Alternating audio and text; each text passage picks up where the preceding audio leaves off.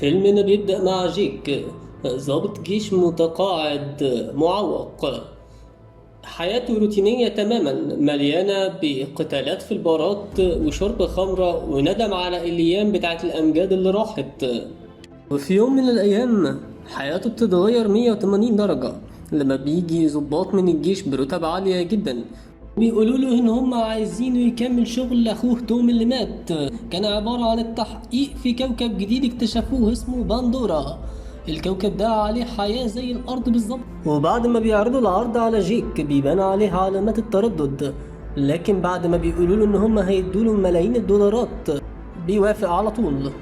بعدين بينيموه لمدة 6 سنين ويحتفظوا بجسمه من غير ما يتضرر ويبعتوه على سفينة فضائية تروح لباندورا. وبعد ما جيك بيصحى بيلاقي نفسه خلاص على وشك ان هو يوصل للكوكب. واول ما بينزلوا من السفينة الفضائية بيبدأوا يلبسوا الماسكات بتاعتهم، لان على الكوكب ده مفيش اكسجين زي اللي على الارض، بل على العكس الهواء اللي موجود على الكوكب ده سام، ولو حد اتنفسه لمدة 4 ثواني هيموت. وأول حاجة بيعملها بعد هو بيلاقي فيه اجتماع معمول للجيش بقيادة الكولونيل مايلز. الكولونيل مايلز بيشرح للجنود فيه إن السكان المحليين على الكوكب ده اسمهم النافيز. وأول ما مايلز بيدخل المعمل بيقابل نورم سبيلمان. العالم نورم سبيلمان بيوريه الأفاتار بتاعه واللي هو هيقدر يتحول له بعد كده عشان يقدر يختلط بالسكان الأصليين، وهو اللي هيساعده على تنفيذ مهمته بشكل أسهل. بعدين هما ماشيين في المعمل بيقابلوا رئيسة العلماء جريس. رئيسة العلماء بيبان عليها ان هي متضايقة ومتعصبة لما بتشوف جيك لانها بتشوفه على كرسي عجل. بعدين بتسيبه وتروح تشتكي لقائد العملية. قائد العملية ده هو برضو اللي ماسك تدريب الجيش كله، وبتقوله ازاي تجيب واحد معوق ومش عالم يعمل عملية مهمة زي دي.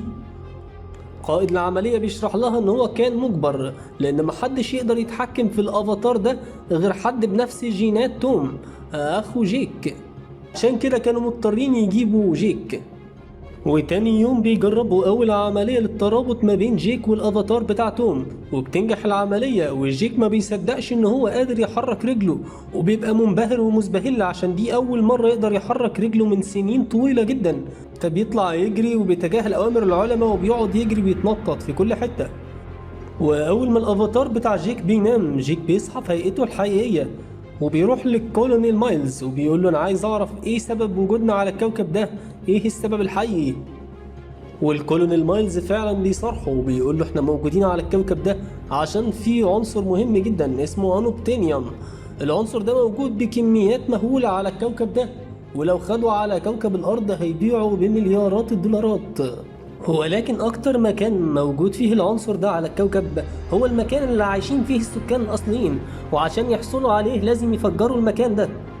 والكولونيل بيكمل وبيوضح لجيك وظيفته الحقيقية، وهو ان هو يندمج مع السكان المحليين ويخليهم يمشوا من المكان اللي موجود فيه العنصر ده يروحوا اي حتة تانية عشان يقدروا ياخدوا الكميات المهولة من عنصر الانوبتينيوم. والكولونيل بيقول لجيك انت قدامك 3 شهور بس تقنع فيهم السكان المحليين ان هم يمشوا، والا هنضطر نتدخل بكل الجيش بتاعنا وقواتنا. وتاني يوم بيبدأوا اول عملية تجريبية لهم، بينزلوا في مكان ويلموا عينات من حاجات مختلفة عشان يعملوا أبحاث عليها.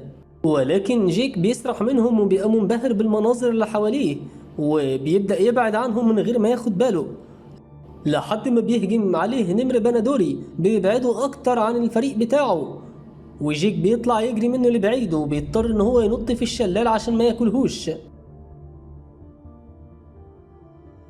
فريق جيك بيحاول إن هو يدور عليه ولكن الدنيا بتليل عليهم فبيضطروا يمشوا وبتيجي اللقطة على جيك يبدأ يعمل رمح حربي من خلال الخشب، وبتكون في واحدة من السكان المحليين بتراقبه من بعيد وخلاص هتكون هتضربه بالسهم، لكن بتقف على القوس بتاعها حشرة مقدسة عندهم ودي بتاخدها كأنها علامة ان هي ما تهاجمهوش.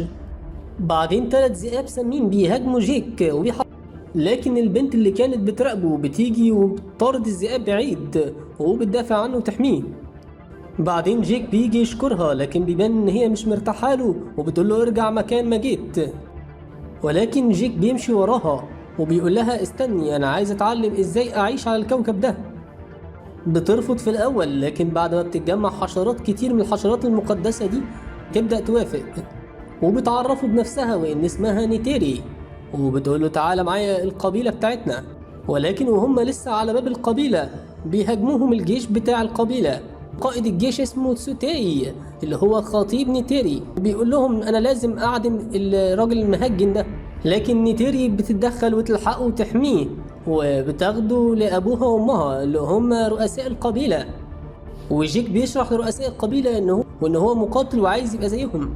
ولما الملكة بتسمع كده بتضرب العصاية في صدره وتمص دمه، ومن خلال كده بتعرف إن روحه طاهرة، وبتوافق إن هو يتعلم عندهم، وبتعين نيتيري المدرسة بتاعته. وأول ما بينام الأفاتار بتاع جيك الحقيقي بيصحى، وبيبقى منذهل وبيبدأ يحكي القصص بتاعته لبقية العلماء اللي حوالينه. ولكن الكولونيل بيسمعه وبيقول له ما تحاولش ترتبط قوي مع الناس دول، ده هم كلهم 3 شهور، لو ما قدرتش تقنعهم هبدهم. بعدين جيك بيروح يسجل نشاط الفيديو اليومي بتاعه، واللي هو لازم يسجله بعد ما ينهي كل نشاطات اليوم.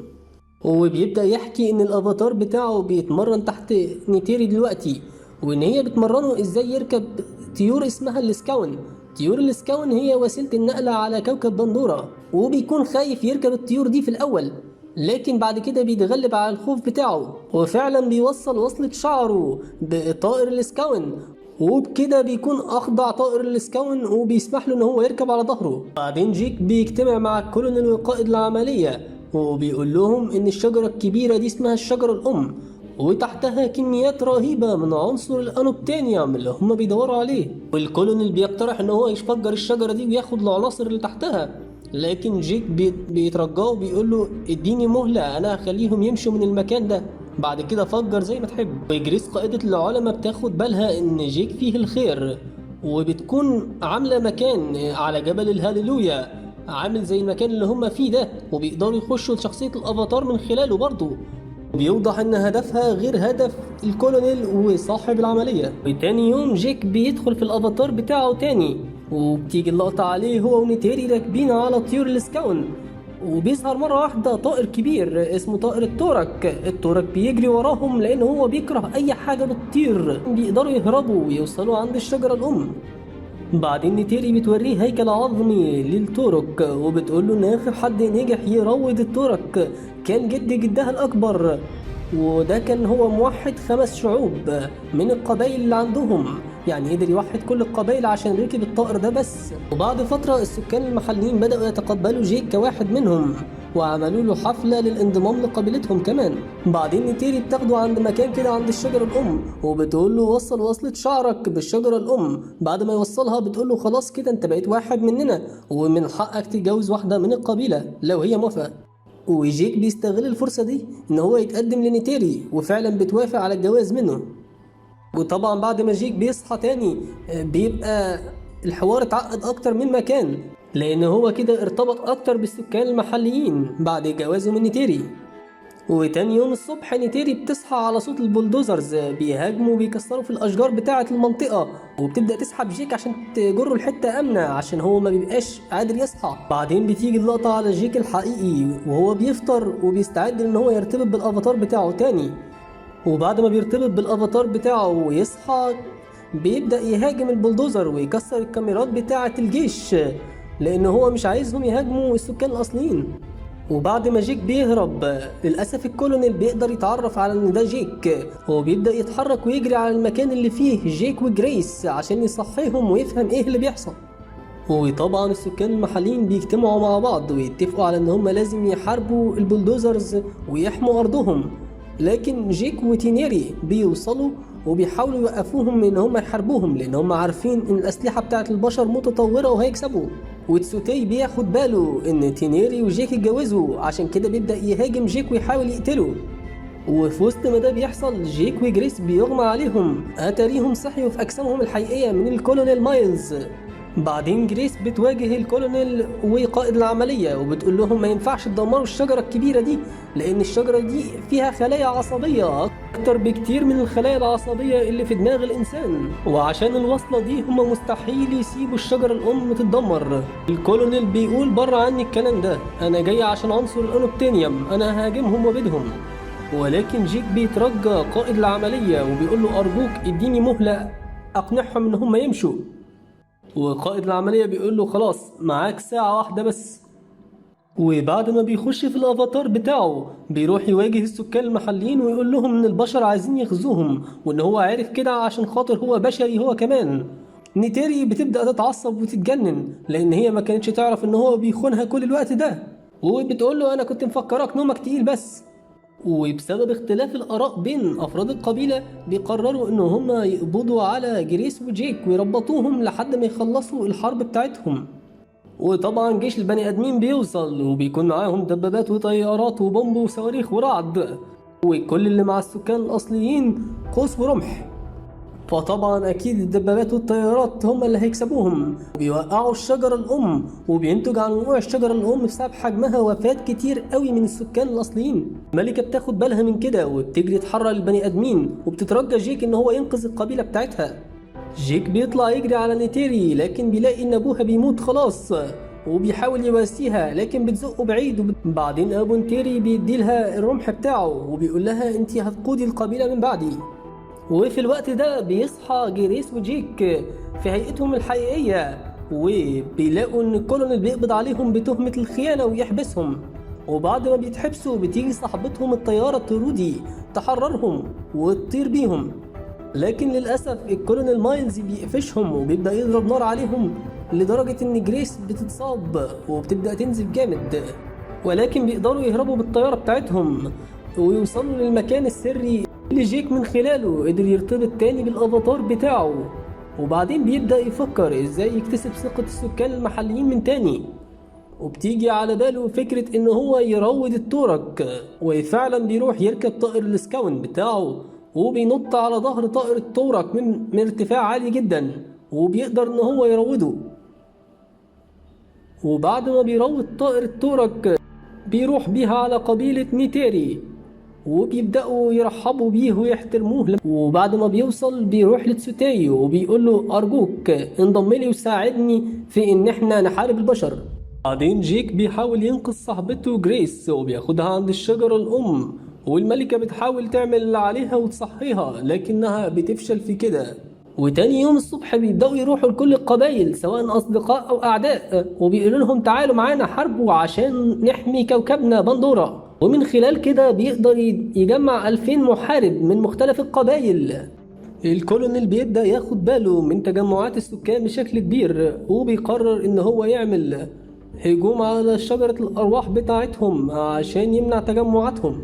وبيبدأ فعلا ينفذ الهجوم، لكن بيتفاجئ ان السكان المحليين مستعدين للهجوم ده عن طريق الجو والبر والبحر وكل حتة. وبتيجي لقطة على جيك قائد القوات الجوية راكب التورك ومعاه الجيش بتاع تسوتاي وبقية المقاتلين اللي مستعدين يموتوا فدا أرضهم.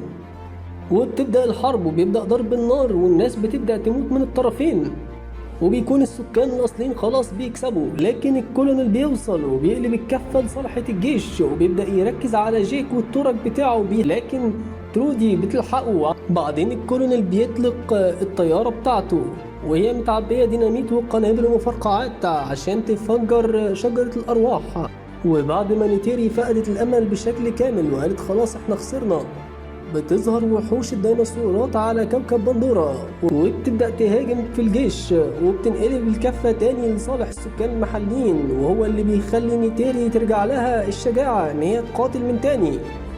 بعدين بيظهر جنبها النمر البندوري وبيبدأ يوطلها راسه كده كأنه بينحني لها، وبتبدأ وحوش كوكب بندورة تساعد السكان المحليين في القضاء على الجيش. وجيك بيرمي قنبلة على سفينة الكولونيل يفجرها ويخليها تقع بعيدة عن شجرة الأرواح، لكن الكولونيل بيقدر يهرب ويعيش في بدلة حربية مخصصة. وللأسف المكان اللي بيقع فيه الكولونيل بيكون عند جسم جيك الأصلي، وبيحاول إن هو يطلع جيك من المكان ده ويعرضه للهواء السام عشان يموته. لكن نيتيري بتوصل وهي راكبة على ظهر النمر البندوري وبيحاولوا يوقفوا الكولونيل مايلز، لكن بيقضي عليهم بسهولة وبيكون خلاص هيقتل نيتيري. لكن جيك بيوصل ويلحقها وبيكون هيكسب الكولونيل، لكن الكولونيل بيقلب الكفة تاني وبيكون هيقتل جيك. لكن نيتيري بتضربه بسهم من بعيد. الكولونيل بيبقى متفاجئ، بعدين بترزعه بسهم تاني تقضي عليه، لكن بيكون الكولونيل خلاص سبب أضرار كافية للمكان اللي فيه جيك، وجيك ما بيقدرش يتنفس وبيقع من المكان اللي هو فيه، وحتى ما بيبقاش عارف يطول الماسك. ولكن نيتيري بتخش بسرعة وتديله الماسك، وهو اللي بيخليه يبدأ يتنفس من تاني. وبعد فوز السكان الأصليين على الجيش، جيك بيطلب من السكان الأصليين إن هم ينقلوا وعي جسمه الأصلي لجسم الأفاتار، وإن هو عايز يعيش على كوكب بندورة للأبد. وفعلا بيعملوا كده، وجيك بيصحى في جسم الأفاتار بتاعه، وبيخلص الفيلم على إن جيك بقى من السكان الأصليين.